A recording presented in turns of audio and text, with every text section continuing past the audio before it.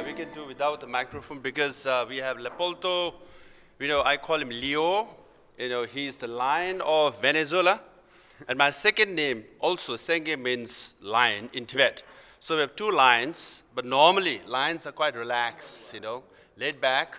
But we were told, given the time limitation that they have imposed on us, to be like German, eagle like a hawk.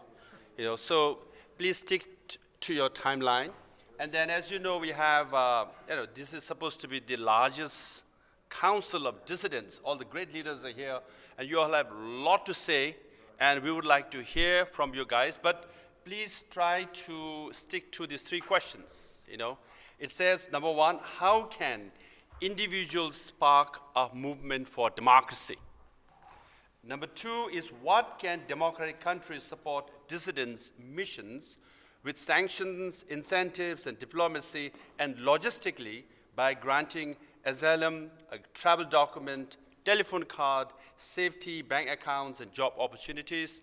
And third question is, what sanctions and incentives can be utilized towards oppressive regimes? So these are the three main questions.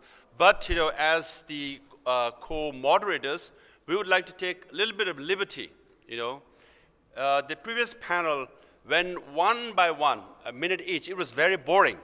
So I would urge my co-moderator to use his authority as the founder of WLC to suggest some format so that we can be more effective and we can have more discussion. So with that, Leopoldo, please. No, thank you. Thank you very much to Lobsang. Thanks to all of you. It's very exciting to have all of you here.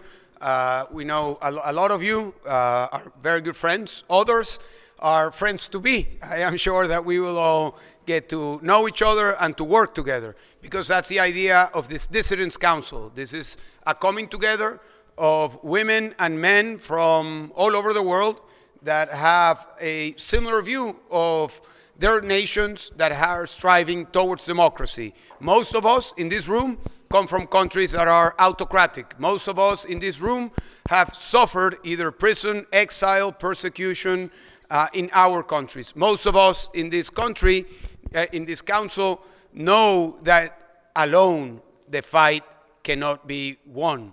So the idea of this event today, of this discussion, is precisely that. As my friend, colleague, ex-president of the Tibetan community, Lobsang, was saying, is to have a discussion. Rather than to do a mechanical person by person, we would ask you to, at your will, to decide if you want to speak. We would ask you to speak for a minute and a half, not more than that, and we can engage in the conversation. If you look at the list of the people who are here, here in this room, these are very overachievers. These are people that have remained in the course of the dream of having democracy and freedom in their own countries.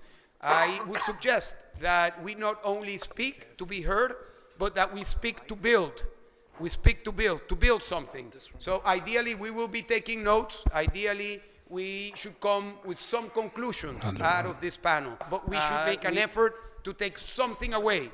I would like to very briefly introduce you to the World Liberty Congress, which is in a way a council of dissidents. The World Liberty Congress is the largest network of global freedom fighters.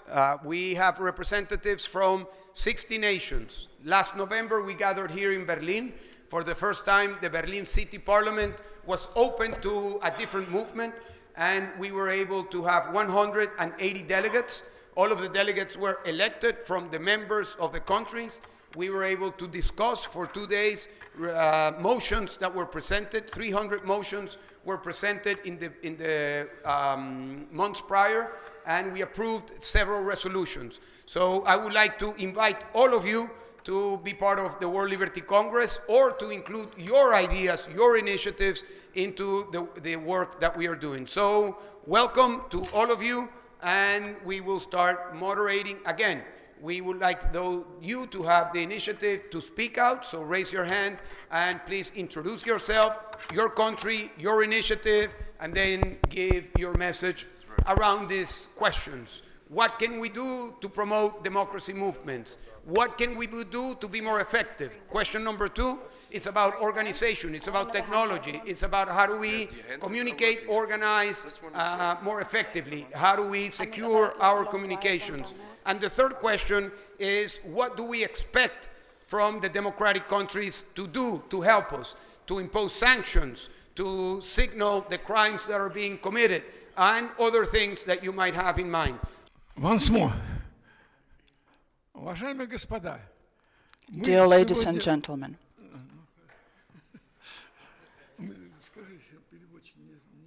unfortunately the interpreter didn't turn up today, so I'm going to do his job, and excuse me if it's not going to be good. I'm sorry. Мы целый день слышим о том, что во многих странах, и в моей родной стране России, диссиденты выступали и выступают, и мало чего в конце концов добиваются. Промежуточные результаты бывают, но в результате у нас, мы видим, мы проигрываем. Но я хочу привести пример, когда страны, огромные страны проигрывают. The dissidents try to influence the politics of many countries, including Russia, but in most cases, unfortunately, they lose.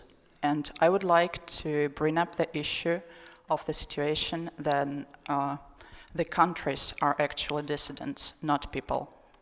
И с этим я предлагаю покончить. And I would like to put an end to that. 5-й год идет бессмысленная кровопролитная война, в которой агрессор Россия, постоянный член Совета Безопасности, обладающий правом вето, то есть правом блокировать любое неугодное для себя решение Генеральной Ассамблеи ООН. A senseless and bloody war has been raging for 5 years, with Russia, a permanent member of the UN Security Council, with veto power, as the aggressor. Генеральная Ассамблея с 2014 года принимала резолюции, осуждающие агрессию России в Украине, так же, как и на созванной 11-й чрезвычайной специальной сессии Генеральной Ассамблеи в рамках процедуры Uniting for Peace. The UN has repeatedly condemned the aggression, but this has not influenced Russia's politics. Приведем результаты хотя бы одного голосования, я имею в виду голосование по Крыму в 2014 году. Значит, проголосована резолюция, подтверждает, то есть абсолютным большинством голосов Генеральная Ассамблея подтверждает суверенитет. Let's look at the results of just one vote in the UN General Assembly, the resolution on Crimea. Суверенитет, независимость, единство и территориальную целостность Украины в ее международных признанных границах. Голосование за 100, обратите внимание, 100 против 11. It reaffirmed the territorial integrity of Ukraine, and the vote was 100 in favor and only 11 against. Дальше воздержались 58, не голосовали 24. 58 abstained and 24 didn't vote. Казалось бы, абсолютное большинство, понимаете, не просто большинство, абсолютное. Однако ничего не произошло. It seems like the overwhelming majority is voting in favor, but it changes absolutely nothing. Крым был захвачен, а потом такие же голосования были в 22 году, когда ввели войска, Россия ввела войска на Украину, значит, до 25 года. And these votes have continued until now. Может ли позволить ООН Совету Безопасности пренебрегать решениями Генеральной Ассамблеи ООН, принятыми абсолютным большинством голосов? Can the UN and the Security Council be allowed to disregard decisions of the UN General Assembly? Для чего создан ООН? Коротко. Задача ООН – предотвратить военный конфликт и, если необходимо, принять коллективные меры к его прекращению. Последние 80 лет показывают, что демократии не воюют друг с другом. The UN's task is to prevent military conflict and, if necessary, take collective action to end it. But and the last 80 years have shown that democracies do not fight each other. Выработаны выработаны эффективные методы договариваться друг с другом и разрешать острейшие конфликты между странами.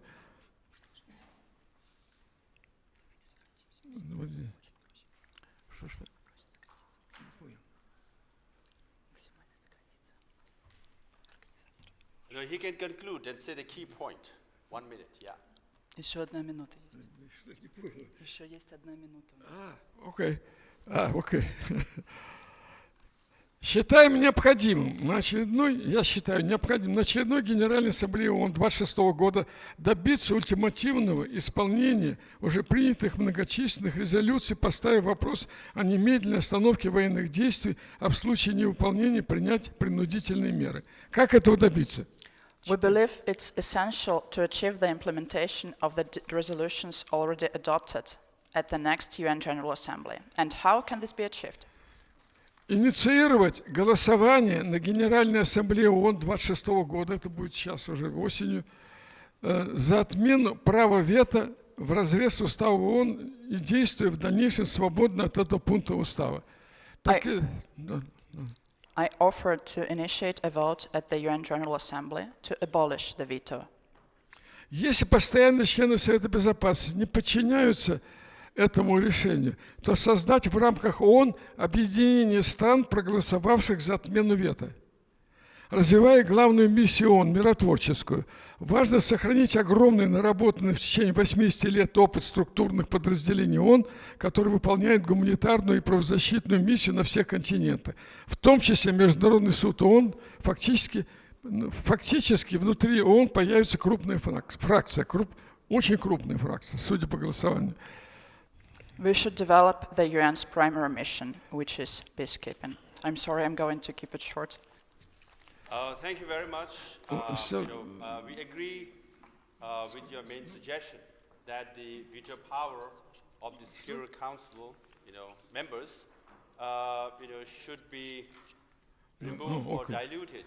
Because if one of the 5 Security Council members violates, let's say the invasion over Ukraine, or in case of China, Uyghur situation, Tibetans and Taiwan, you can't do much. Because they have veto power. So with that, we will invite other speakers. But also, I just want to make a suggestion because, as Leo shared with you, I've been an activist for the last 42 years. I've done research on exiled governments, and I have run an exiled government for 10 years, Tibetan government exile. Now I have reflected on it for 5 years. So I'm writing a book on democracy in exile. And my recommendation to all the exiled communities are to form government in exile, parliament in exile, or democratic party in exile, or a coordination office, because unless you unite, have some form of unity, you can't defeat the autocrats, because autocrats, they have a very simple strategy: divide and rule. So till the dissidents internally unite and fight, we will not succeed. Historically, it's a proven fact, because I've done a bit of research. 90% of the dissidents and exiled community fail because there is no unity among exiles. Unless we unite, unite does not mean uniformity, but at least a minimal understanding of how we can oppose the autocratic system. At least to remove that autocratic regime or a leader should be a minimal understanding where everybody should come together, work together, then only. I don't want to be provocative. There was an article in Foreign Affairs regarding Iranians, right? This unity among Iranian exiles, this is not me, just latest article saying there are so many groups, the monarchies, secularists, the republics, the trade union, the teacher union, student union, all speak different demands and all have different ideologies, and the Iranian regime is on the verge of collapse. But the rest of the world are saying, where is the alternative? Who is going to replace them? Unless you have demonstrated a governance in exile with your own foreign policy, with your own AI policy on critical minerals, on oil and gas and energy. If you don't provide alternative, they will not take you seriously. So that's why my recommendation, my book is coming out by the end of this year, hopefully, the Harvard Asia Center is publishing it. It's my effort to contribute towards, dissident communities. So, this is Tibetan contribution. Tibetan government exile is the best functioning government there is in India. If you all want to visit and see for yourself, you're welcome to do so. With that, as recommended by Leo, we will have more discussion than, the mechanical minute each talk. So please raise your hands, and then we will start with two ladies next to each other, but I'll hold on to you to speak only for a minute and a half, if you don't mind. Microphone, please.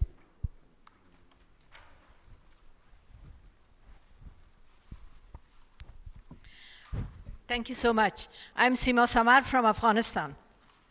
On the first question, I think, every individual can actually read human rights principles and implement, believe on it, not only for conferences, but practice it in person. So the second thing, we can lobby and advocate for accountability and justice. We, as an Afghan woman, we were active in this, outside of the country, inside of the country, although with a lot of risk.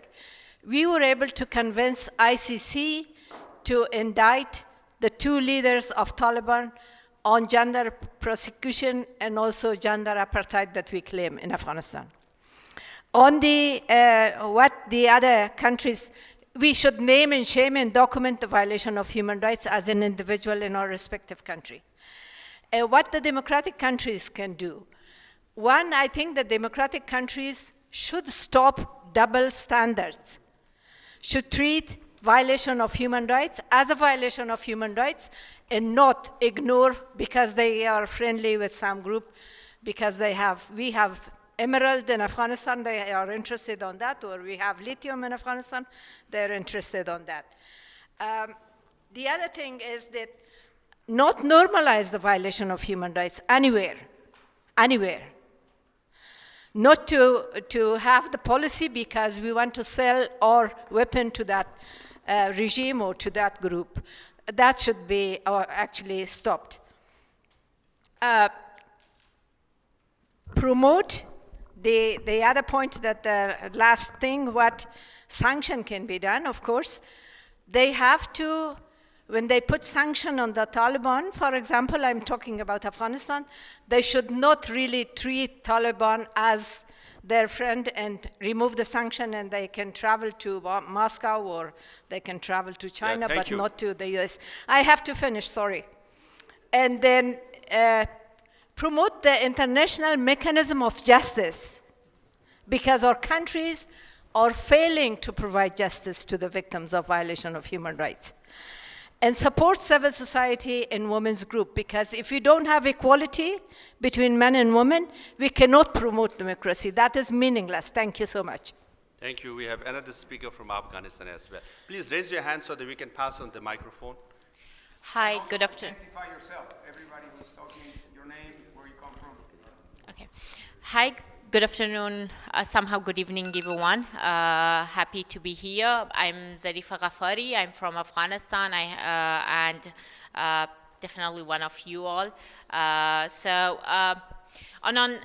the three of the questions, I will just put a shorter statement with, like, all together, not answering it directly each one by one. Democracy does not begin with elections. It begins with resistance and injustice. Today, Afghanistan represents the most extreme failure of the international system to defend human rights, when an entire population of women is erased from education, work, and public life. This is not a cultural issue. It is a state-imposed gender apartheid. And responding with the statements instead of action is a political decision. Afghan women, journalists, and human rights defenders have already ignited a democratic movement under conditions of total repression. They are organizing, documenting abuses, educating in secret, and resisting at enormous personal cost. This is how individuals spark democracy, not by waiting for permission, but by refusing to surrender their dignity. What they lack is not courage, it is international protection. And today, while we are gathered here discussing democracy, sanctions, diplomacy, and values, this room itself becomes a test.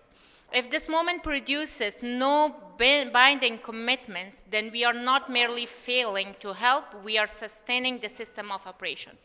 So the call to action must be immediate, political, and collective. Democratic governments must establish an emergency international protection mechanism for Afghan dissidents and everyone else living under oppressive and autocratic regimes and women human rights defenders.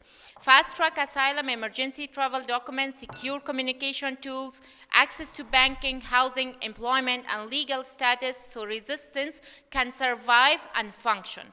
Thank you. Protection is not humanitarian aid, it's democratic infrastructure. At the same time, pressure must be real. Targeted sanctions must be expanded and enforced against those responsible for gender apartheid. Asset freezes, travel bans, and international legal accountability, while humanitarian access is protected for civilians. And incentives must be absolute in their conditions. No recognition, no normalization, no release of funds, no diplomatic legitimacy without verifiable restoration of women's rights, girls' education, freedom of movement, and independent monitoring.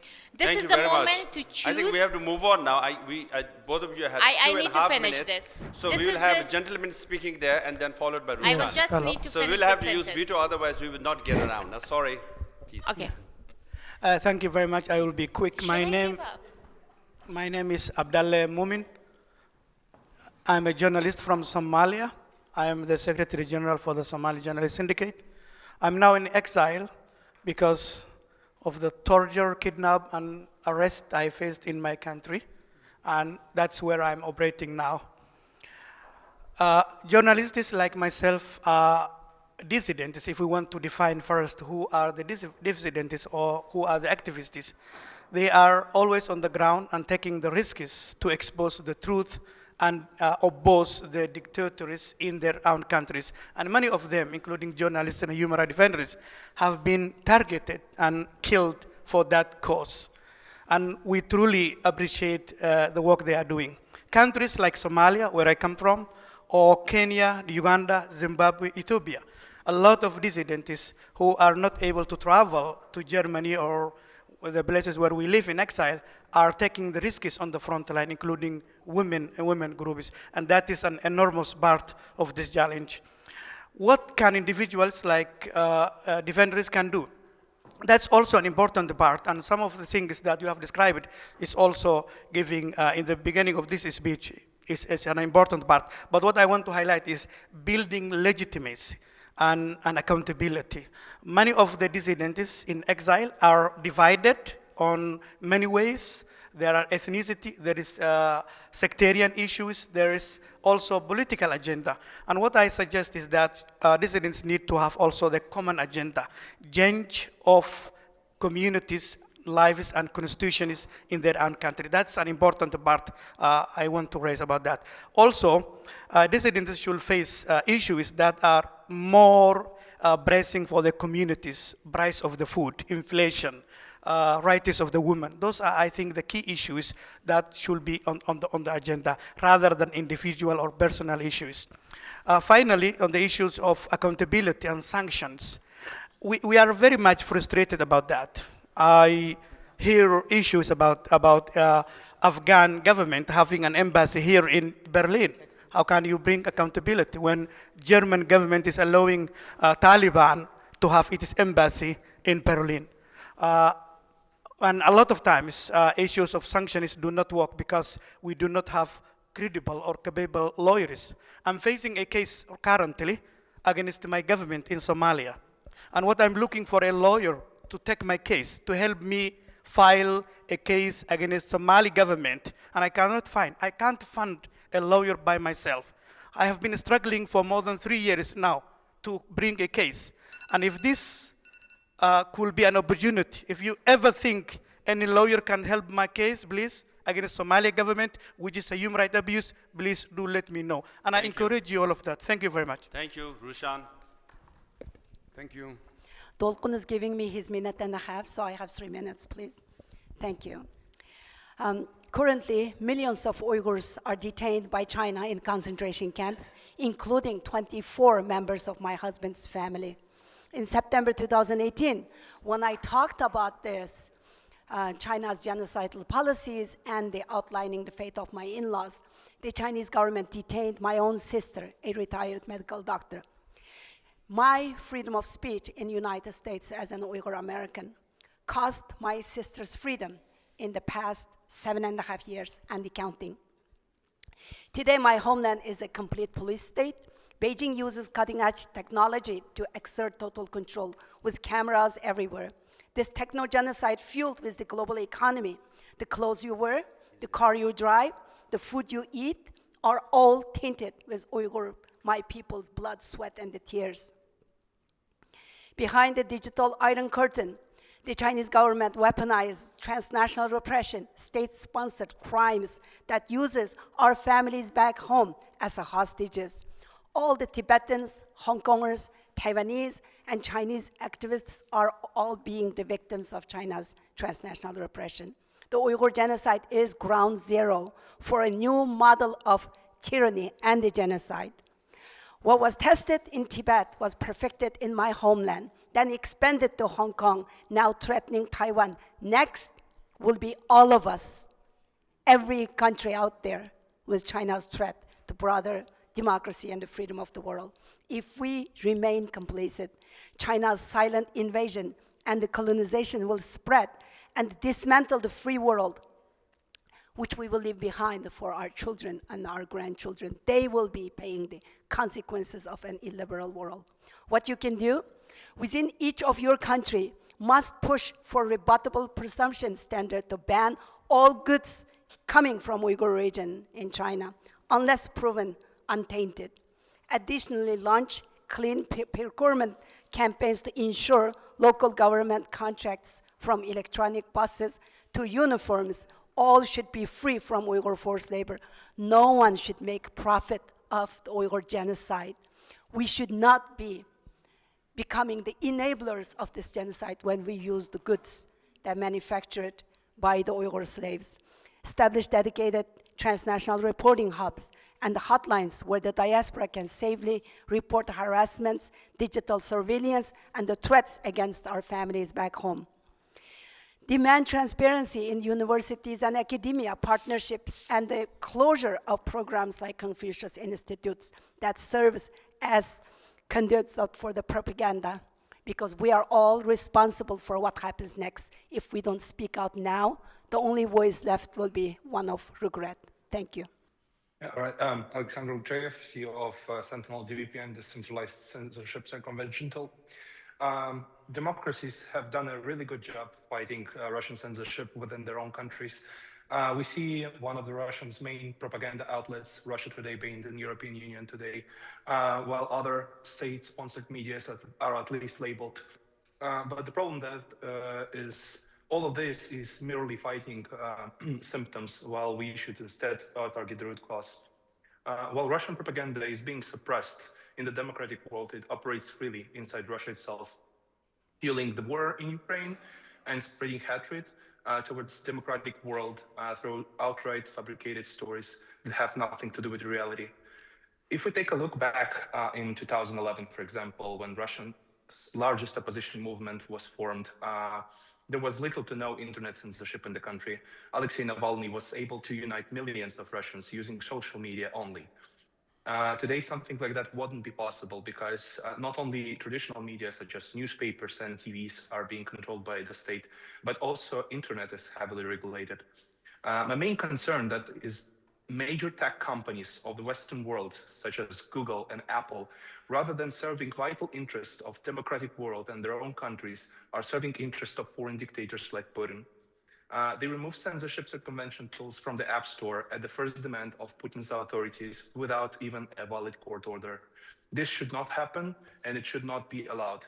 During recent events in Iran, our product Sentinel DVPN enabled many people to access the internet and inform the world about the atrocities and the horrors taking place. At the same time, the very same DVPN app developed by my team along with hundreds of others was removed from the App Store in Russia at the request of Putin's authorities without a court order. How is that big tech refuses to comply with Iranian authorities but complies with Russian ones? In what way Russian government any better? I cannot imagine Western companies in 1940s following orders from Hitler's government, nor should they do today so from any other authoritarian regime. Here, I'd like to comment on President Trump's America First agenda. It is absolutely correct approach. I support it 100%. But if we truly put America first, American companies must serve interests of the United States and its allies, not those of foreign adversaries. The same applies to European Union. For example, blanket ban on payments from Russia makes it impossible for most Russians to purchase censorships and convention tools or access free media. It is still unclear how this benefits our all shared goal of ending the war and bringing Ukrainian victory. But the money that could have been spent online is now spent inside the country, fueling Putin's war machine through taxes. The remedy is simple, I believe. Money should be allowed to leave Russia without any barriers, but not a single dollar should be permitted to flow back. This is the way how resistant tools might remain available while effectively suffocating the Russian war machine. Thank you. Thank you. Thank you. So if we have other speakers, please raise your hands. But I just want to make one suggestion as we talk about China. There's a study being done. In the 80s and 90s, the increase of democracy or rise of democracy happened because there used to be more protest. Now, in the recent years, why autocratic regimes are increasing is because less and less protests are happening. And it coincides with the development of surveillance technology. The surveillance technology has advanced, and the autocrats are using it so effectively that there are less and less protests and more autocratic system. And the number one exporter or seller of the surveillance system, surveillance technology, is China. In China, the surveillance system is absolute. Now they have exported to 95 countries. So all these 95 countries can control dissidents and protests, thereby opposition to autocratic regimes. So I think we should bear that in mind as well. And we have a hand raised here. Please go ahead. We have many Afghan representatives here, yes. But then we'll not let Afghan monopolize everything, so we'll go. And it's become more Afghan and Russia. Okay, we have some representatives here. Okay. Baktash Siwash from Afghanistan. When people rise against authoritarian regimes, they expect liberal democracies to stand with them. Credibility rests on one principle, one standard for all. The European Union have designated Iran's Revolutionary Guard as a terrorist organization and proved that decisive action is possible. But if the same standard is not applied to the Taliban, that principle loses its meaning. The Taliban maintain ties with international terrorist networks. They have sheltered Al-Qaeda. They legitimize suicide violence. They repress political opponents, silence civil society, and carry out public execution. They have intensified they also institutionalized a system of repression. Gender apartheid is official policy. Women are dehumanized and excluded from education, work, and public life.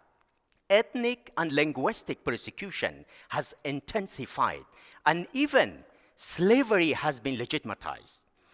Silent diplomacy is not neutrality. Silent diplomacy is not neutrality.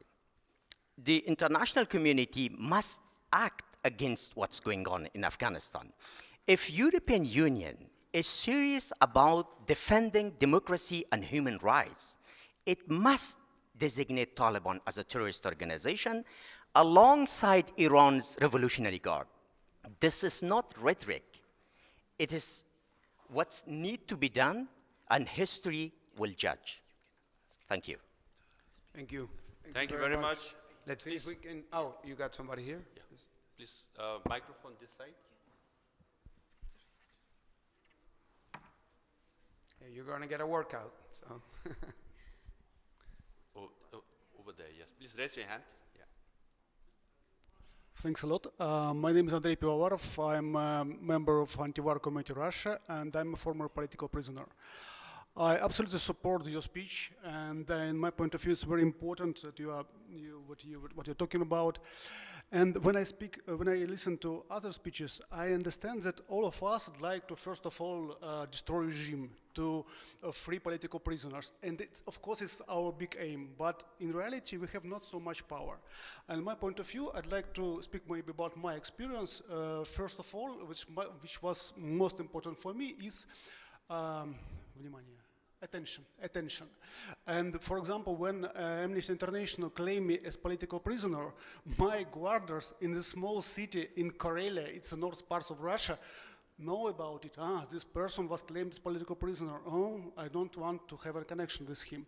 And my point of view, we can create some society of the dissidents, some, as we call how called organization now, is Soviet of the dissidents. Maybe some type of international organization with the people from Afghanistan, from Russia, from all of the countries who was here. And we can claim the person. First of all, it's important attention. And second idea, maybe it's not a time to speak about press regime. We can destroy autocracy. It's a work of soldiers and politics. But for example, we can take about condition of prison, because I understand if somebody sings a letter in my prison and it's a letter from Afghanistan, from Germany, from China, from Venezuela, condition of this prisoner is bad, they can work about conditions. And this time it's better for political prisoners who still in prison to take his life a little better than before. So in my point of view, we can start from the first small step and speak about conditional and speak from international community. I think we can create this organization from, for example, from this great society, and thank you very much for this invitation. Thank you. Thank you very much. Just so we... Sure, yeah, we'll come back to you, yes. Please, gentlemen over there, near Mr. Rwanda, yes. Here, yeah, here. Yavuz Aydın. I'm originally from Turkey and coming from Belgium, representing Justice for Rule of Law Association. I was one of the judges, more than 4,500 judges who were purged overnight and labeled as terrorists. So I summarize this like this. I went to bed a judge and woke up a terrorist. Really, literally, it happened like this. I learned when I woke up. And now I'm in exile and trying to raise awareness about this fight for rule of law in exile. So I have some specific recommendations about this fighting, especially against this transnational repression. You know, these countries, including today's Turkey, Erdogan's Turkey, are using this international convention about fighting against financing of terrorism. And they are abusing this system, and they are freezing the assets and bank accounts of dissidents abroad. And these countries, that is a resolution adopted by Parliamentary Assembly of Council of Europe in the Assembly in 2023, and they recommended all these democratic countries to think twice when implementing these requests coming from autocratic regimes. Another point is extradition request. Again, think twice when it's coming from these countries. And within the Council of Europe member states, there's this control mechanism about this European Convention on Human Rights, Article 3, to prevent this abuse of this extradition. But for other countries, it's a bit more difficult, I can understand, but it's important. Another thing is rendition, abduction from other countries. So Erdogan's Turkish government already abducted more than at least 18 people. And these are from Moldova, from Albania, from Kenya, from different countries. This is happening. And please be aware of these risks and raise awareness in your countries about this. Thank you. A brief comment on that. This is a very important issue that you're raising. Many of us in this room have been political prisoners. I was a political prisoner myself for 7 years. And one of the lessons we learn is that the lifeline to a political prisoner is a family. And we have an example here. Paul was in prison, and his daughter Anais and Karin led the advocacy. And that has been the case to many of us. So one of the programs that we are building, and we would like to offer it to all of you, is the Political Prisoners Support Team that is basically focusing on the support to the families and relatives of political prisoners, because they are not ready. Political prisoners fall into a situation, the families need to make decisions, and what we want is to guide them into the best way to make those decisions. So this is one very practical thing that we are already doing and that we would love to share and to include all of you. That sounds great, thank you. As Leopoldo said, the guidelines, there's a guidebook, published by World Liberty Congress. It's during imprisonment, after, post-imprisonment, how families should reconcile emotionally, psychologically, physically, So it's a very hands-on guidebook. So if anyone wants it, you can, go to World Liberty Congress website, and Leopoldo's wife and others have worked on it, and as a very good guidebook. So we have another Russian representative here. Okay, maybe I say Russian but minority from Buryat. Yeah. Natalia Arnaud. Natalia, Yes. please. Thank you so much, and totally support Lisa, and kudos for telling some concrete stories.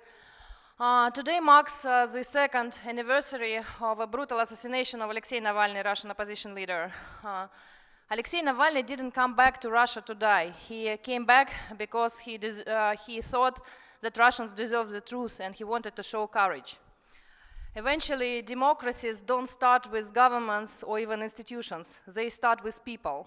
To spark a movement, very often it's enough to have one voice choosing courage and truth over silence and fear. And then more people can join this cause. It's very important for us to remember that telling the truth shouldn't be an act of heroism. It should be something very ordinary. Dictatorships, they know that fear is contagious. So I think it's very, very important for democracies to know that courage is contagious too.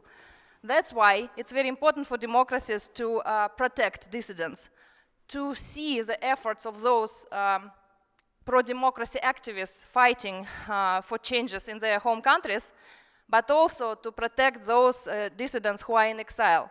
Not only to treat them as a headache who needs only visas, asylums, bank accounts, access, and things like that, but to treat them as a very important resource, as an asset, as a potential agent of change.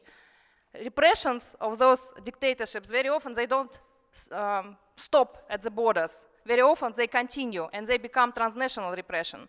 So my first motion would be to accept a whole EU legislation on transnational repression, because countries like Russia, China, Iran, Turkey, Belarus, and so on are very big perpetrators of transnational repression. Thank you. Natalia runs the largest Russia-related organization, but I'm proud to say she is Buddhist, she is Buddhist, she is also a follower of Dalai Lama, and she started her foundation in her kitchen, and has one of the most high-profile dissidents are members of her, foundation. Congratulations. Let's see if Pita, I don't know if you can listen to us. Pita, I know that you are connected. He can't hear us. Yeah, I don't think he can hear us. Okay. Yeah, I continue. can. I'm Buddhist too. I'm Buddhist too. Another Buddhist. Yes. I'm Alexandra Gormazhapova. I'm a president of the first ethnic anti-war movement, Free Buryatia Foundation. We support our position that Russia is not only Europe. Russia is the Euro-Asia. It's very important for us, and we hope maybe Europe, Asian democracies will support us. For example, South Korea and Japan. And I think we should be together with these democracies. But we have had a bad experience with Mongolia. For example, in period mobilization, we called people from Buryatia. Buryatia is a republic in Siberia, maybe people don't know. We called people don't participate in this war against Ukraine, and we hoped Mongolia will support us. Yes, this period they supported, but after, now Mongolia and Russia are big friends. I don't know why. And we don't receive support from Mongolia, and therefore people who don't want to participate in the war cannot obtain legal status in Mongolia. It's a very, very big our trauma after this. And second, I hope maybe Dalai Lama in future, he will call Russian Buddhists don't participate in this war. I think his statement would be very, very strong for us, because Kalmyks and indigenous people in Russia and Buryats and Tuvans, we are Buddhists, and Dalai Lama is very, very big authority and like idol maybe for our people. And we hope maybe your close friend Dalai Lama will support us. It's very important for us. Thank you. Oh, thank you very much. Okay, we'll start from here. Rwanda, then we'll come to you, and there. Hello, can you hear me?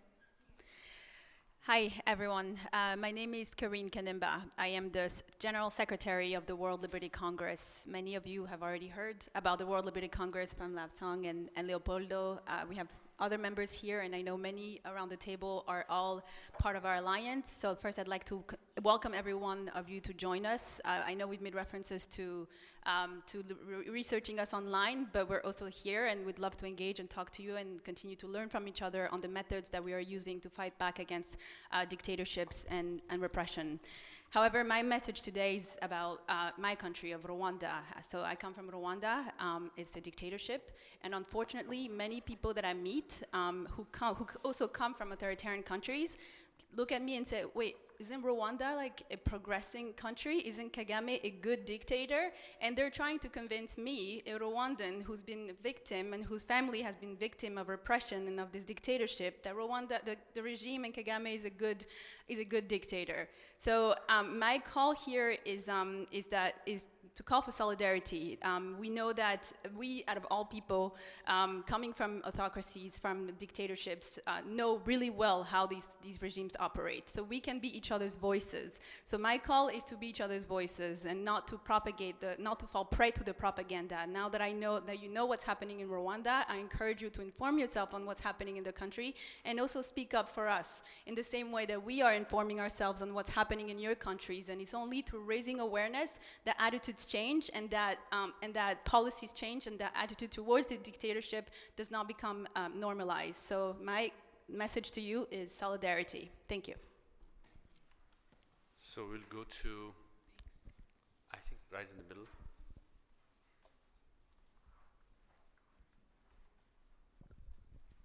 Thank you very much for the opportunity. I'm Tahmina Sofi from Afghanistan, former criminal court judge, and right now I'm living in France. I'm working as financial crime analyst in one of the banks. And as already said by my colleagues, Afghan colleagues, individuals can spark movements for democracy. For example, in Afghanistan,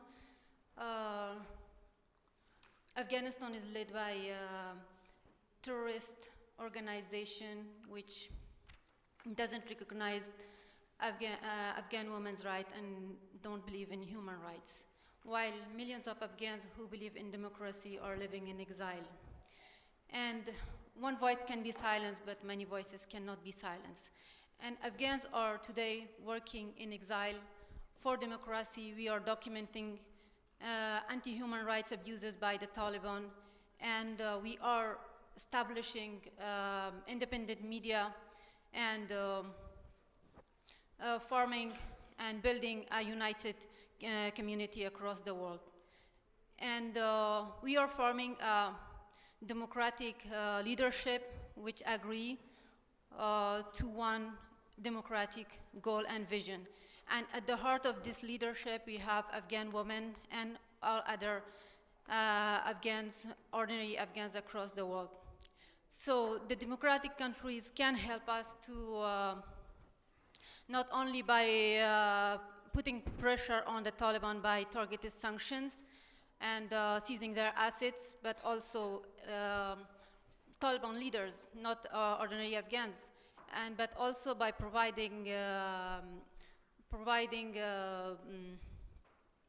diplomatic assistance to Afghans who believe in democracy and who live in exile. And we want to ask the international community and the democratic world to help us host a democratic alternative for Afghans who live in exile, and to help us build a government in exile which believes in democracy. And for that, we also need an Afghan woman leader. And by woman, it will not be just a symbolic role, but it will be to challenge the Taliban's ideology, which is to suppress women and to erase them from their voices from society and across the world. And our goal is clear. It's to ask the international and democratic countries to help us host an Afghan government in exile. And thank you very much. That's a very resounding endorsement of my suggestion. But actually, if you study Tibetan government exile, we issue something called Green Book, which is issued by Tibetan government exile as an identity card. Now, over 20 years, that identity card has reached the status of Tibetan citizenship. Now, based on the Green Book, Indian government issues us residency card and travel document. Based on the Green Book issued by the Tibetan government exile, Tibetans around the world, when they apply for political asylum, Belgium or American or Canadian government will say, do you have Green Book issued by the Tibetan government exile? If you have that, you will be granted political asylum. So establishing a government exile can help a lot of Afghan people, or Somalians and others, because it has become a valid document. Even the ICE, when they arrest in New York, they say, are you Tibetan? When they say yes, they will not ask you to show your green card. They'll ask you to show your Tibetan Green Book. When you show that, you get released, because they know they can't deport you to China. So this is being built over time. So something I would like to suggest, yes. Please pass the mic. Lobsang, first before, just some logistics. I would like to suggest, because I believe it's important that we follow up. I'm going to pass around a paper, and if you're willing to receive the conclusions of this discussion and to see how we can work together going forward, I'm just going to pass around paper with, you can put your name, your country, the organization, email, and your phone number, and we will make sure to keep you in contact. Again, meetings like this are important if there is a follow-up. If not, we're just coming here listening to us, which is always good, but it's better if we follow up and we are focused into action. So I will start passing it, and if you are interested, please sign it. Thank you so much. My name is Parona Ibrahim Khemnetrabi, the founder of Women's Movement for Peace and Freedom. I don't want to talk more about the situation of Afghanistan, because another speakers also talk about the situation of Afghanistan, but I want to share my personal experience here. When I was in Afghanistan in 2022, the Taliban arrested me for peaceful protests against the regime of the Taliban. And the Taliban mentally and physically tortured me because I stand up against the Taliban, as I stood against the regime of the Taliban. And I can't accept and believe the Taliban banned everything from women in Afghanistan. But I know that the freedom have payment that I pay a huge price for that. But I want to ask the country that believe to democracy and work for democracy, is it means democracy in Afghanistan, the woman can go to school, can not go to school and work and university, but another country say we support democracy in the vote, it means democracy. And I say our blood is not different. We are also human. Why the countries and the world are silent against the crimes of the Taliban? And I ask the international community and the countries should stand with Afghanistan women and make diplomatic, political, and financial pressure on the Taliban, and don't recognize the Taliban as a government of Afghanistan, and recognize gender apartheid as a crime against humanity. Thank you so much. Thank you. Pass the mic to the next guy. Hello, everyone. My name is Boniface Mwangi. I'm from Kenya. And I love the discussions. I think my contribution to this is that I know that as activists we like being called dissidents, radical, but I think when you think about framing in language, and if instead of dissident can become freedom fighters, because when they kill us, Alexei Navalny was killed, he was lionized, but he's dead. Jamal Khashoggi was lionized, but he's dead now. So I think as we think about who we are as a movement or as political activists, can we change from dissident to freedom fighters, so that every time they refer to you, they refer you as a freedom fighter because you fight because you love your country, you fight because you have the courage to change your country, and you fight because you're a freedom fighter. And that will help us even back at home to be able to be seen as freedom fighters. And I think finally is that before the West owns us and we become lioness in the West, we need to be able to create homegrown support so that we have a home to go back to, because I've lived in exile and it's one of the worst things that can happen to you. So to everyone who is living in exile, I salute you and I hope that your countries get restored. But let's think about language and framing so that we don't lose ourselves in the language of fighting. Please, microphone here. Hello, I'm Dmitry Nekrasov. I'm economist, that's why I can address only third question of the panel regarding sanctions. Actually, during last decade in the world, there were imposed more sanctions than during the whole history before it, during the last 10 years. Economical sanctions, I mean. And in the same time, we don't see any real effects. For example, such efficient sanctions like there were against Iraq or against, for example, South Africa during apartheid time, we have no such examples, don't see them right now here. And it is connected because it's not all, I think a lot of people in this room think that any additional sanctions against any authoritarian regime is good because it harms the regime.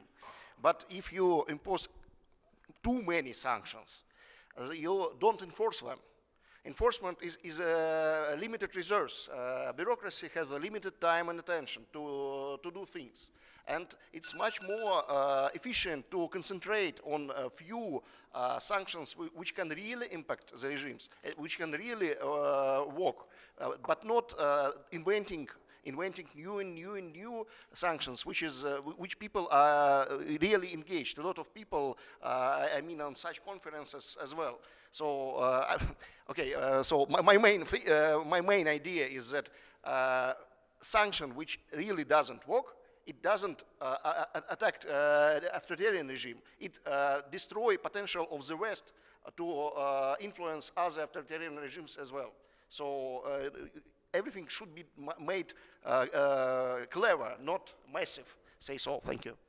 Okay, Amar, and we'll come to this side. Yeah. My name is Ammar Abdel Hamid. I am originally from Syria, but I live in the United States, and I am the governance and policy guy at the World Liberty Congress. So I work with Leopoldo Lopez and my colleagues here as well. Syria, as you know, is going through a transitional phase right now. We just got rid of the dictator that ruled the country last year, and we are now in the midst of a transitional period, and there are signs for optimism and signs for concern as well.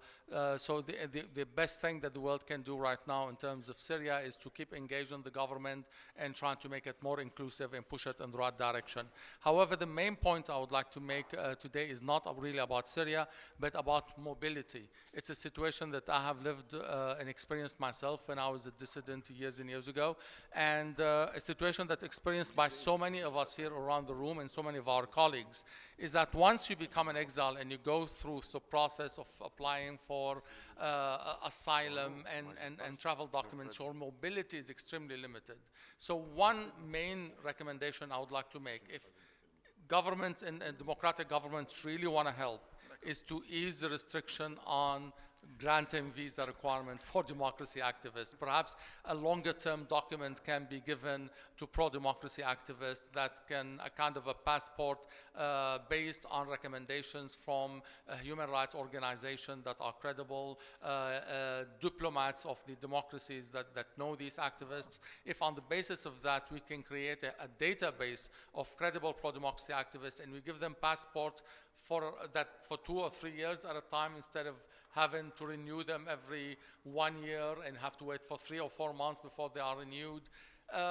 Passports that are acceptable by democracies, because most of the events we attend and most of the places where we want to lobby for our causes are in democratic countries. So this is the least that democracies can do in order to support activists, is just ease the bureaucracy, ease the requirement for democratic activists to be able to move around and lobby and represent their causes in different forums. Because every time you have an event, last year, for instance, we had our elections here in Berlin.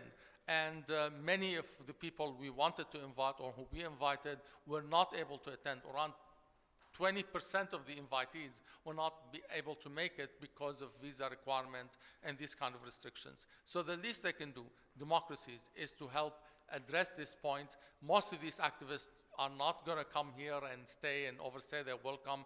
They want to go back and be active where they are. They have credibility. So if we can support them in this way, that will be really one of the best things to come out of this forum, if we can get this message across. Please. Bon, moi je pense que la démocratie commence. D'abord, je suis Biram David, je suis de Mauritanie, République islamique de Mauritanie. J'ai un mouvement anti-esclavagiste. I will speak on behalf of Biram Dabeid from Mauritania, which lead anti-slavery movement in this country. Bon, la démocratie en vérité, elle commence quand la vérité est martelée, alors que le pouvoir ne le veut pas, ne l'admet pas. Democracy begins when truth is repeated, when the power doesn't want to. Mais les acquis démocratiques sont menacés. On le sait depuis la guerre d'Ukraine, la montée du trumpisme. L'Europe, qui est le berceau de la démocratie, est affaiblie. But democratic values are being trampled upon. We see it since Ukraine, since even the rise of Trumpism, and in Europe, the situation is deteriorating as well. Mais la démocratie n'est qu'un îlot par rapport au monde entier qui est plongé dans la dictature, dans l'arbitraire. But democracy is only an island inside of this world, which is deep in autocratic regimes. Par exemple, l'apartheid continue, même s'il est terminé en Afrique du Sud. Mais il y a un apartheid implacable. Par exemple, en Mauritanie. The apartheid still goes on. Even if it ended in South Africa, it still goes on in Mauritania. C'est un apartheid arabo-musulman, avec un style spécifique, mais quand même, 80% de Mauritaniens sont des Noirs qui sont en majorité sous le coup de l'apartheid, sous le coup de l'esclavage ancestral. In Mauritania, the apartheid still goes on because it is in a new shape, but it's the caste of the Arabo-Muslim leaders, which are about 20% of the population. Meanwhile, the black Mauritanians, which represent around 80% of the population, are still oppressed by this minority. Cet esclavage et cet apartheid sont imposés à tous les Mauritaniens. Même les Mauritaniens arabes, on leur impose parce que le pouvoir est autocratique, le pouvoir est dictatorial. And this apartheid is imposed on every Mauritanian, even if he's Arab Mauritanian, because this regime is autocratic. Bon, nous, aujourd'hui même, 7 de mes partisans sont entrés en prison. Even today, plusieurs sont battus avec une violence indicible. Even today, 7 of the members of my organization has been arrested this morning. Mais l'Europe elle-même, l'Union européenne, a été obligée de remettre en place ses relations avec le gouvernement mauritanien à cause des intérêts But even économiques. Even the European Union is forced to maintain relationship with Mauritanian government because of its interests. Mais des gens, à cause de leur naissance, ils ne peuvent pas avoir de papier d'état civil. Ils ne peuvent pas voter. Ils ne peuvent pas avoir un salaire décent. Ils ne peuvent pas être payés. But people from my country, because of their birth, cannot have identification papers. They cannot work with a decent salary. Bon, des populations de mon pays, à cause de leur naissance, de la couleur de leur peau, ils ne peuvent pas disposer d'un parti politique. Ils ne peuvent pas avoir un parti politique. People from my country, because of their skin color, cannot have a political party. Bon, j'essaie ici d'être le porte-parole de la diaspora noire dans le monde arabo-musulman. I try here to be the speaker from the diaspora of the Black African in the Arabo-Muslim world. Des dizaines de millions. Tens of thousands, millions. Qui sont invisibles. Made invisible. Qui n'ont pas le droit d'exercer une citoyenneté pleine. Which are not able to exerce their citizenship. Et dans mon pays, ceux qui luttent contre l'esclavage des Noirs, l'oppression des personnes d'ascendance africaine, partent en prison. And in my country, people who fight against the slavery of Black Africans. J'ai fait cinq fois la prison. I've been 5 times to jail. J'ai vécu dans la prison depuis ma jeunesse. Jusqu'à maintenant, j'ai l'âge de 60 ans. Ma vie est jalonnée de prison. I've lived in most of my life in jail, and even if now I'm around 60. Parce que je suis un descendant d'esclaves. Because I'm the son of a slave. Et les descendants d'esclaves sont marqués comme tels à vie chez nous. Enslaved descendants are marked as well as it for life. Mais ceux qui pratiquent l'esclavage sont au pouvoir en Mauritanie et sont bien cotés dans les milieux. Ici, les milieux européens, par exemple, à l'Union européenne, ils sont les enfants chéris de l'institution européenne sur laquelle nous comptons le plus parce que l'Europe est le berceau de la démocratie. But people in my country, the slave owner caste is well perceived by the European Union, even if us, who are the real fighters of these European values, we are discriminated in our own country. Je vous remercie. And I thank you all for your attention. Thank you.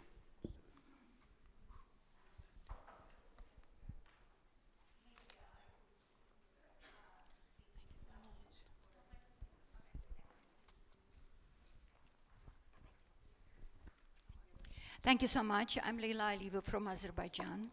I would like to say that we live in the hard period, very hard times. And Western states significantly cut down investments in soft power. That's both in terms of aid to the previous aid, as we know, and there are statistics which supports it. Also, they cut significantly diplomatic staff, and all that at the expense of the significant increase of military budgets. So we are actually now experiencing a double load of work. So much greater work is now on our shoulders. So what can we do? How to strengthen an impact? I think creative tactics and strategies directed to outsmarting dictators, I would also stress importance of attention to the resource-rich states. Very rarely availability of resources, natural resources, is mentioned and is taken into account when either international organizations, EU, or any other develop their strategies. For instance, we are moving now. We are in the area of energy transition, so we are moving from fossil fuels to the renewables. But contrary to expectations, we won't have increase of democracy because there are critical minerals, and critical minerals might play similar role to the one which the fossil fuels played. Why is it important? Because Azerbaijan has witnessed the complacency of the Western states. When there was a horrible violation of human rights, and the activists in our country, when they were fighting their governments, they had a feeling they're fighting not only the government of Azerbaijan, but also the governments of the UK, US, and the whole European Union. So that gives enormous effect of, you know, we are helpless, we can't do anything because it's the rival is too big. And I think it is many people who sit here, they are actually representing the oil-rich or critical minerals-rich, resource-rich countries. Russia, Azerbaijan, African countries, Latin American countries. So these things should be also taken into account, and actually that gives you in Azerbaijan, we have 300 political prisoners, of them 9 young women journalists, which is a shame. The issue which was mentioned by Yavuz, the transnational repressions, is very actual, as well as we do have a few cases, sentences were recently concluded in regards the dissidents who are abroad. So people feel very insecure while they're abroad. And we can lobby, of course, the democratic states and basically tell that promotion of soft power is, first of all, in their own interest, because, you know, decrease in, of investments in soft power and political support is, first of all, will affect their own countries and not only us. So thank you. Thank you. Yeah, talking about political prisoners, Tibetans, we have been at this for 60 plus years. Sometimes you have 300 political prisoners, Azerbaijan, and someone mentioned a couple of thousands in Russia. When you demand for a release of a particular political prisoner or a couple of political prisoners, you hype, that release to the headlines of major news media around the world. When they actually get released, the autocratic regimes take credit for being Lenin, for being kind. Actually, they have still 297 political prisoners in Azerbaijan. They just released 3. So when you campaign for the release of political prisoners, you have to be careful how much to hype it so that the regime looks good and you have success. But the next day you realize that 99% are still in prison. So we have to make the index of all the political prisoners. We must campaign for the release, but you have to be careful how much credit you want to give. So they are very good at manipulating it. And they say, we are so kind. The head of, let's say, America or European countries goes to Azerbaijan, that the president agrees to release 3 political prisoners, and those political prisoners are flown in the plane of the particular president or prime minister to the capital, and you get huge publicity, but nothing has changed in reality. So, one should be careful with that as well. So, let me just do a brief recap. We have 50 more minutes, so we have some time. I just want to tell you more or less where the conversation has gone so far. So far, we've heard from the Uyghur nation, we've heard from Russia, from Afghanistan, Turkey, Rwanda, Somalia, Tibet, Syria, Mauritania, and Azerbaijan, Venezuela. So those are the countries that we have heard so far, and different things have been said, but a way of putting all of the issues that have been mentioned can say that there is a big part of what has been mentioned around what we can say protection and solidarity. How do we protect the people? How do we express solidarity? And there has been mention of political prisoners. There has been mention of transnational repression. There has been mention on what to do to support people on exile. So we can say that that's one area of things that have been mentioned. A second one has to do with organization. Several of you have mentioned, how do we organize in a more effective way? And I believe, and especially with my colleague and friend Lobsang, that he always reminds us that the exile organization is important. So there has been 2 types of comments about organization. How to improve the organization in our countries that faces different challenges. Amongst them, how do we get a united front? Because we all know that in all of our countries, we have the challenge of how to unite the democratic movements. That is a challenge we all face. Many times, the regime plays to the division of the movement. So that's one thing that has been addressed. But also, in terms of the organization, how do we organize the movement in exile? We have the world's expert in exiled organization, Lobsang. He's been doing this, he's been researching about this, and knowing him, he will be open to support any of you that would be interested in organizing your movement in exile. This is something our Afghan leaders, or Afghan women and men leaders, I think can take into consideration, because it fits right into the things that you're saying. The third area we can say would be effective advocacy. Several of you have mentioned the importance of reaching out to the EU.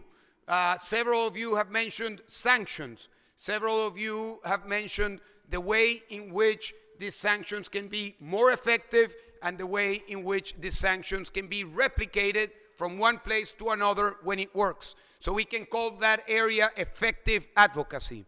Then there has been a couple of comments about the communications, the narrative.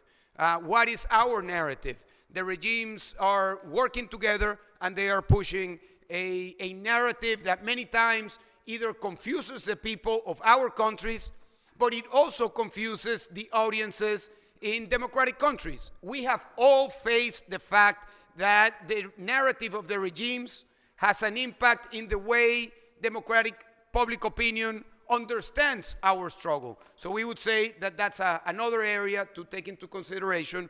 And finally, technology and freedom. A couple of you mentioned the importance, the big tech, the way in which big tech is having sometimes double standards. I'll give you an anecdote. Just 3 weeks ago, we were dealing through the World Liberty Congress in two countries that we have very close members, Iran and Uganda. And in both cases, internet was shut down. In Iran, they had Starlink, and Starlink opened the possibility for the protesters and the people from Iran to use Starlink. In Uganda, they had Starlinks, but the dictator of Uganda sent a message to Starlink requesting to block Starlink in Uganda. And the reply of Starlink was to comply. So in the same period of time, in 2 weeks' time, we saw a case where technology was used for freedom in one case, and that same technology was used for repression in another case. So these double standards that you were mentioning is something that we need to address. So I just wanted to recap where we are so we kind of get an idea of what are the big themes that we have been discussing. And please, I want to remind you, there are two papers going around from from the both extremes.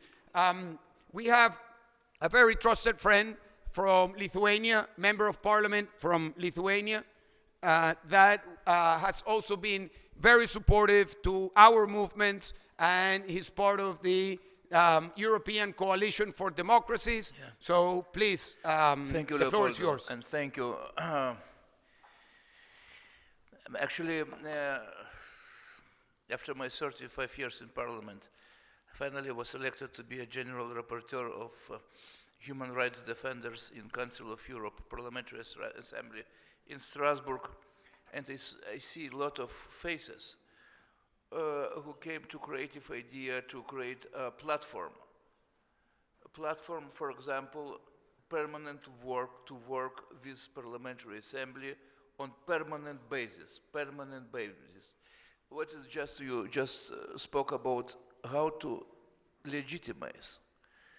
So if we created platform for Belarusians, 6 persons, to work in the fractions, you should have party system, social democrats, conservative, liberals. So now we have working Belarusians.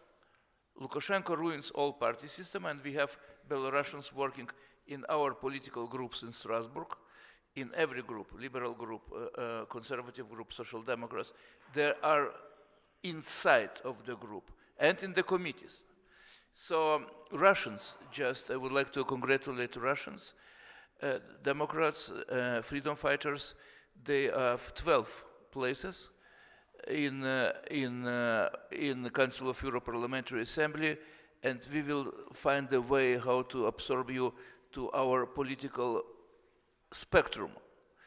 So don't forget that when you represent countries, you should represent some level of party relations. Well, democratic world is based on parties. In United States, Democrats, Republicans. In European Union, you have in European Parliament all spectrum. We need to understand how the parties will be activated in working with you, the party level, the party headquarters. So, and last one was Leopold, extremely important remarks, how to neutralize Interpol. Interpol red notice, false red notice, hunting our honorable freedom fighters outside their dictatorships, how to prevent that. I think it's related to our European legislation here in Europe, and preventing those false red notice. We have experience with that. It was mentioned just by our people. We need to have attention, permanent attention of Interpol, and those groups who are here should send to Interpol headquarters the list of political freedom fighters who cannot be based on the current existing agreements between the governments. Ministries of Internal Affairs, Ministries of Justice have agreements between them. That should be blocked. The part of agreement related to hunt the freedom fighter should be isolated by your group's letters to Interpol. Thank you. And to us, to Council of Europe Parliamentary Assembly, and to Brussels. Thank you. And great friend of the freedom movement. Thank you. Thank you very much. Gentleman over there.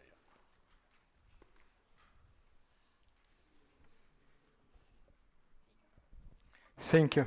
I'm Marat Gelman, member of Russian Anti-War Committee and artist. And in Russia, I was director of museum, maybe best museum of contemporary art, but we try to protect Pussy Riot, and I lose my position and become foreign agent and blah, blah, blah. So we have in Anti-War Committee, we have a lot of experience how to protect people, and we are ready to communicate not only personally, but like group. But what I want to say is today is important practical things to work with art people. They are very influenced, and they voice very loud. For example, interview with Alla Pugacheva, our singer, it was more popular than interview of Putin. So for this case, if you want effective solidarity, we must work with art people. It is not easy. They, of course, not politicians. They not realize they ambitious through this, but we need them. One artist sometimes more effective than 100 politics. Thank you. Please pass the microphone to the gentleman there. Yeah? Oh, yes, please. Oh, you're done? Okay. Oh, Chimi, over there.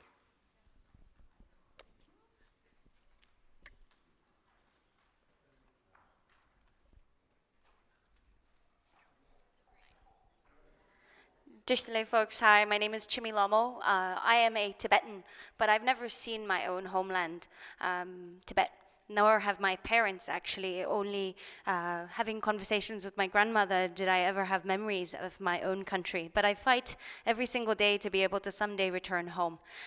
Because we're in a space where you folks all know the story, instead I actually want to make a quick confession, which is that I used to actually be afraid that when we do get freedom, because I've no doubt we will, that it won't be the land that I dream of. It won't be the land that my ancestors left, hoping that they will return very soon, and that I could actually become an outsider in my own homeland.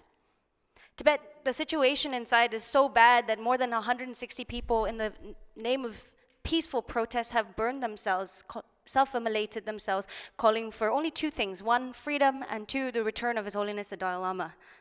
So right now, instead, I want to actually ask you, in your countries, is the Chinese government directly or indirectly involved? And if so, can you raise your hand? Is China involved in your country, in your people's oppression?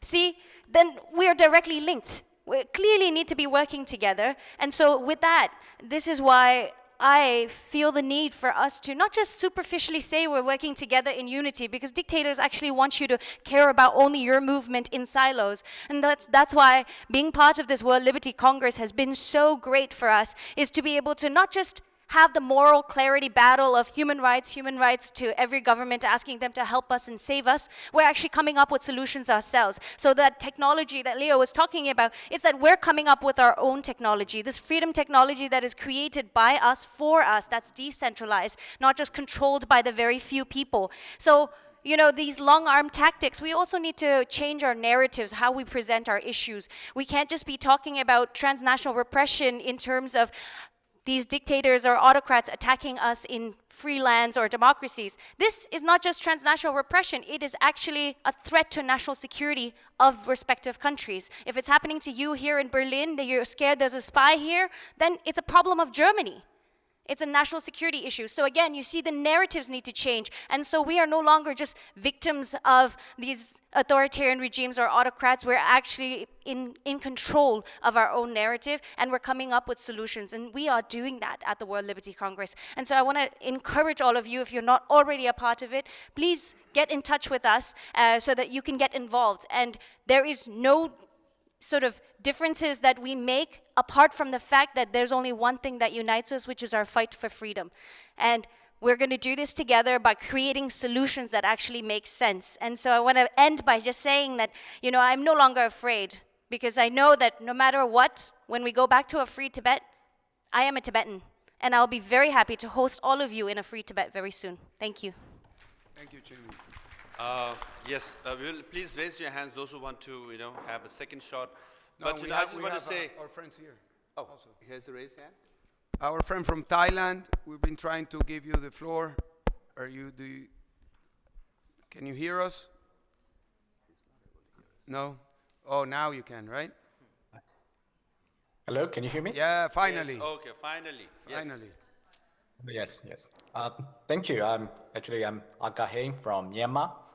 So I really appreciate this opportunity to share the situation in Myanmar, which I think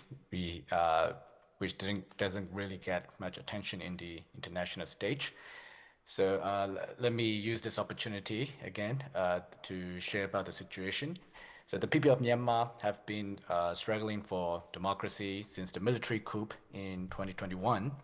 You know, the civil servants walk away from their jobs in the nationwide strike. You know, students, teachers, doctors, and have abandoned their careers to resist the junta. And many of them have also taken arms and joined the resistance movement and started establishing local governance initiatives in the liberated area, which is much of the rural area in the country. And I believe this doesn't have to be just Myanmar's story. You know, the global democratic agenda shouldn't no longer only about elections or institutions. It should be about protecting the people, like all of those here who take risks for freedom and making sure that they are not left alone. So, you know, last month and in December, the military regime in Myanmar held tightly managed elections in the area it still controls, with opposition leaders such as Aung San Suu Kyi still detained and much of the opposition parties banned, voting absent in resistance control areas and conflict areas, and widespread reports of coerced voting. The outcome was largely scripted in advance, of course. So these nominal steps toward so-called civilian rule in Myanmar do not reflect the political reality on the ground. The military junta's elections may provide a veneer of legitimacy, And some external actors like China may be tempted to treat them as a path to stability. But the very fact that the endurance of our democratic resistance in country tells a different story. It's a story about that the country's political future is still being contested far beyond the polling stations that the military junta controls. So for the international community, I think this means three things. And first, like all of my colleagues and comrades have said, there must be continued pressure against oppressive regimes, such as the military regime in Myanmar. And these include targeted sanctions, coordinated diplomacy, and legal accountability, so that the cost of repression will be increased. And secondly, I think the support must reach communities inside the country. In Myanmar, local schools, clinics, civil society networks, and these emerging governance structures need resources and political recognition. And at the same time, I believe Myanmar's situation must continue, remain visible on international platforms. So I'm really grateful for this opportunity like this. And thirdly, the democracies and international community must treat these kind of movements as partners rather than just a crisis to manage, which is usually the case. So with this, I would like to conclude, and I hope we all can walk together and we all can share our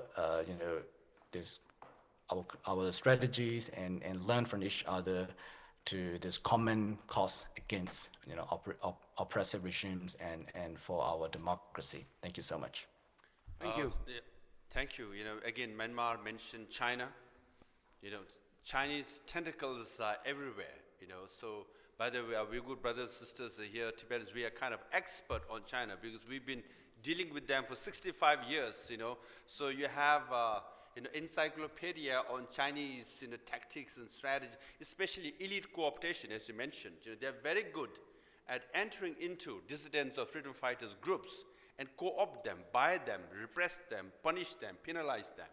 But again, whenever dissidents or freedom fighters meet, we all talk about struggle. But we have a representative of Lithuania. Sometimes we should look at positively as well, right? I'm sure you have been to Lithuania, Latvia, Czechoslovakia. And I've been there, I asked them, the freedom fighters, when did you believe that Berlin Wall will come down, the Soviet Union will collapse, and you will be free? Even the freedom fighters, Lithuania thought it will take 10 more years. But in 2 months' time, Soviet Union collapsed, Lithuania, Latvia, they all got their independence. So, we should not think, we shouldn't overwhelm ourselves by thinking we are fighting against all odds. In fact, Maduro just got kidnapped, Yeah, he's captured. Captured and penalized and imprisoned, we all know that. And then the Iranian regime is almost on the verge of collapse, right in front of eyes, So things happen. So we all should be prepared. And someone who has been activist for 42 years, okay, Tibetan struggle has been going on 65 years, to tell you to be optimistic and hopeful, keep fighting, you better believe in yourself. So, we'll go down to our friend from Somalia again. Yes. Yeah, very quickly and short on the issue of Chinese Communist Party. On February the 5th, the Chinese Communist Party's embassy in my country, Somalia, circulated an article about me, calling me despicable disinformation. That's what they described me on the 5th of February. That is because my article about the corruption China is spreading in my country, bribing politicians, taking parliamentarians to China for holidays, and giving them cash in order to destroy the system of democracy in my country. That's what I wrote about. But the Chinese Communist Party's embassy in Somalia could not resist. They quickly circulated my article describing it fake. And that is exactly what's happening. And and the issue is not about only Tibet or Taiwan. It is China's influence is spreading everywhere. The culture of corruption, the culture of dictatorship. They are spreading all of these things. And you touch the issue of Maduro being arrested. Who is arresting other dictators? Why don't we have the same scenario in Venezuela to be implemented in other countries? Uganda, Somalia, Tanzania, name it, everywhere, China. Yes, Uyghur, yes, yeah? All of these things. Yes, I already touched this issue, the same thing as well. Yeah, so the problem is there. So I will suggest it is time that we unite for this struggle. Thank you. So we'll have quick, short, concluding remarks if you want to make. You know, this group has been very good. So yes, we have representation from Turkey. The judge who woke up as a terrorist the next morning. Yeah, thank you. Yeah, in the first 1.5 minutes, I was focusing on the tools to use or abused within the context of the transnational repression. Now, when it comes to attack, there are two tools at least in hand. One is the universal jurisdiction, and the other one is Magnitsky legislation in all the European countries, at least, in not almost all the European countries. For the part of the fight you are giving in Europe, you can use this Magnitsky-style legislation, targeted sanctions. It's not, you know, the target should not be achieving the goal to the end. Having a motion in European Parliament or in the Parliamentary Assembly of Council of Europe about such sanctions would work to an extent. For example, about non-implementation of the ECHR rulings by Turkey, there is a motion open to signature now, and we will reach the necessary threshold of signatures. And I'm sure when it will be public on the website of the Council of Europe, it will have an effect. It will send some signals to the perpetrators of these crimes, to those who take these people as role model, and most important of all, the victims. They will see that nothing is going unnoticed. And this will work, I believe. This is one of the things. And the universal jurisdiction thing is not so widely used in all countries, but at least through the channels you can just reach the lawyers, or academics and lawyers can just lobby for you in some parliaments, or they can just at least request such, you know, using these avenues, and they can ask the prosecutors or the judges to use their powers within this universal jurisdiction. Most probably they will not, but at least you will put some legitimate pressure. So at least this is something we can do. Thank you. I think we should focus on concluding remarks. We should focus on ideas of how to follow up. We have taken notes. The organizers will also give us a video so we can take notes. Please, if you have not signed, sign it. We will send you the brief of this discussion in a structured way that can be useful to you, to your organizations, with next steps that we are suggesting. So if there are new and other remarks on how to conclude, how to go forward, please, the floor is yours. Yes? Just to add 2 more points. Today we have heard a lot about the democracy surviving or not, but it was more focused by those who are living in democratic countries. But still, the biggest challenge and problem is that one is the issue of the China, Russia, Iran. They are in a different league. They are playing their own game. This is their structure. But one thing which is a little bit different is that some of these authoritarian regimes are fueled by democratic societies. Yes. In a country that we are sitting right now, in Berlin, the Afghan embassy was handed over to Taliban. Now, I, as a fighter against Taliban, control my data by Taliban. They know where I live, they know what I'm doing, and all these sort of things. One of the biggest problems is that the democratic societies, with playing double standard, they bring under question their own rules, their own principles. Today, Ms. Clinton was speaking about democracy around the world, but Afghanistan, as a country that 2 decades was a strategic alliance of the United States, she didn't name once the Afghan woman. She is the most leading politician woman in the world.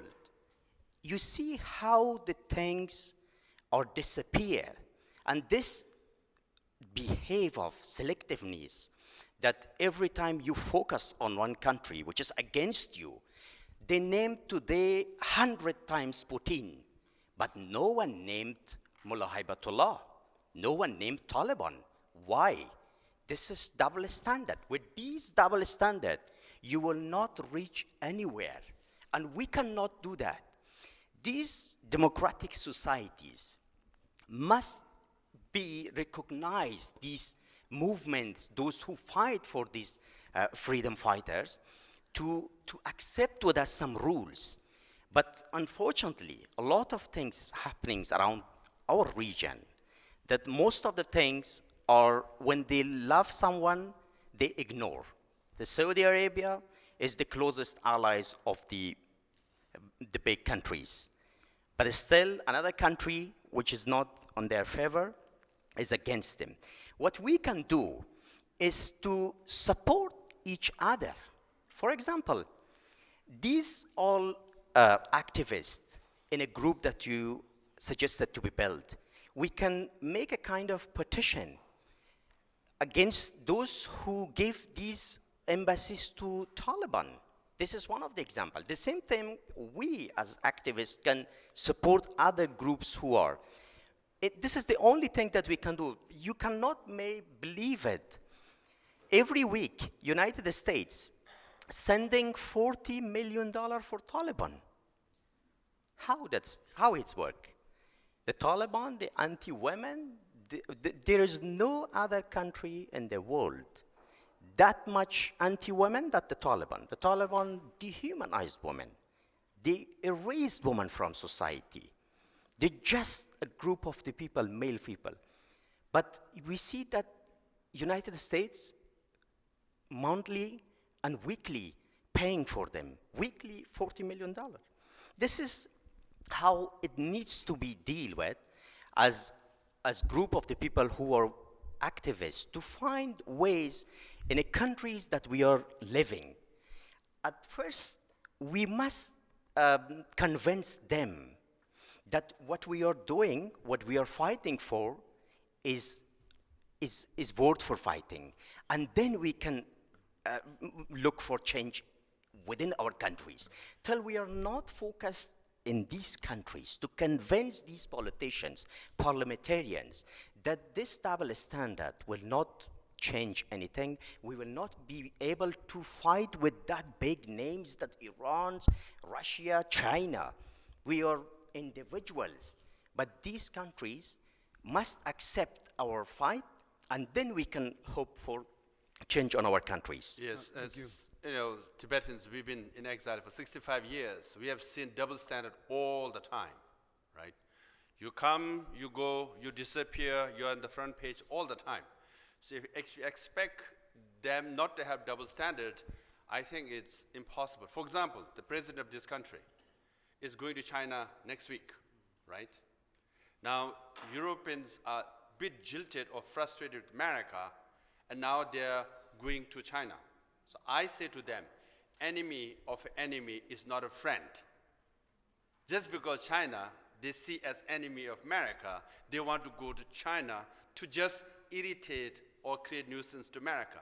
In this case, You go to China on China's terms. They dictate you, they follow you. So you're wrong to think that enemy of enemy is your friend. Sorry. Enemy of enemy is your worst enemy in this case. But that's the world we live in. But we have to keep speaking about it. We have to keep pushing about it. And then, we should organize ourselves and push ourselves. That's the only way to go. As Leopoldo mentioned, I'm writing a book on government exile. If anyone who wants a workshop or wants to discuss with me, have a Zoom call, and I've given workshops to Iranians and, my friends all over the world, and Cambodians and, Uyghurs around, please do be in touch. There are different models. When I say government exile, there's no one particular model. It's just an umbrella. For example, Burmese, Myanmaris, they have government inside Burma. They have captured 40 to 50% of the territory. It's under their control. But they have also government at the border providing service to the people, and they also have a government in exile outside in Norway and other places. So they have three governments, inside, at the border, and outside. But some, choose, again, if you want to go through this, you have 10 challenges. And number one challenge is host country. Picking a host country is very, very important. So Afghanistan, you have to decide which country will be your host country. Not Turkey, So, so you have to step by step. There are ways we have done. That's why I said, because we didn't know about the 10 challenges, 90% of the exile communities failed. Now we know these 10 challenges. So if you're aware of it, you can deal with it, you can navigate it, so you have better chances of survival. So picking host country is enormously important, right? So with that note, I would ask Leopoldo to say, concluding remark. No, thank you. Thank you, Lobsang. Thanks to all of you. So just to the final comment, once we understand that each one of our fight for our country has no borders, that's when we become stronger. That's when we become stronger. The moment when we understand that if we also push and we also advocate and we also take the time to learn about what is happening in other countries, our fight will be stronger. And that's what we want to do. That's what this event was like. That's why we call this the Council of Dissidents. That's why we built the World Liberty Congress. And there might be other initiatives. But my concluding remark is to understand that although we might be always very focused in what is happening in our countries, we must take the time to understand what is happening elsewhere. We must take the time with humility to also have empathy, sympathy for the suffering of other people who are going through the same. Because when we reach to the point when we can have the fight for freedom to be a global fight for freedom, we are stronger. It's not the same thing if we stand in meetings like this, or if we go to Geneva or to Brussels or to Washington to talk only about the case of Afghanistan, or only about the case of Tibet, or only about the case of Venezuela. If we go to these places and we say there are fundamental issues that are at stake, fundamental issues. If you believe in this country that all men and women are created equal, that means that there are no borders for that equality. And if you're consequent with that, you need to express solidarity. And when they see that people from different countries support the advocacy and the fight for other countries, then these politicians, they start to think, what is happening here? Why is somebody from Latin America talking about China? What is somebody from Afghanistan talking about Uganda or about Rwanda? They will spark curiosity, and we will say, because these are universal, fundamental rights that we believe in. And that way we can bring the artists, as our friend was talking about. We can bring culture, we can bring technology, we can bring different initiatives for this. So I would like to thank all of you. We've taken notes, as I said, to the people that subscribe to the sheet. We will be sending you the conclusions. We will be sending you updates. We will be sending you invitations. And just a final note. We are all victims, but we cannot fight as victims. We are all victims of the regimes, but we cannot fight from the corner of pessimism. We need to be optimistic. We need to fight for freedom, knowing that we are in the right side of history. Thank you very much. We are victims not by choice, but by force. But we choose to be free, and we will fight for our freedom. Thank you. Thank you.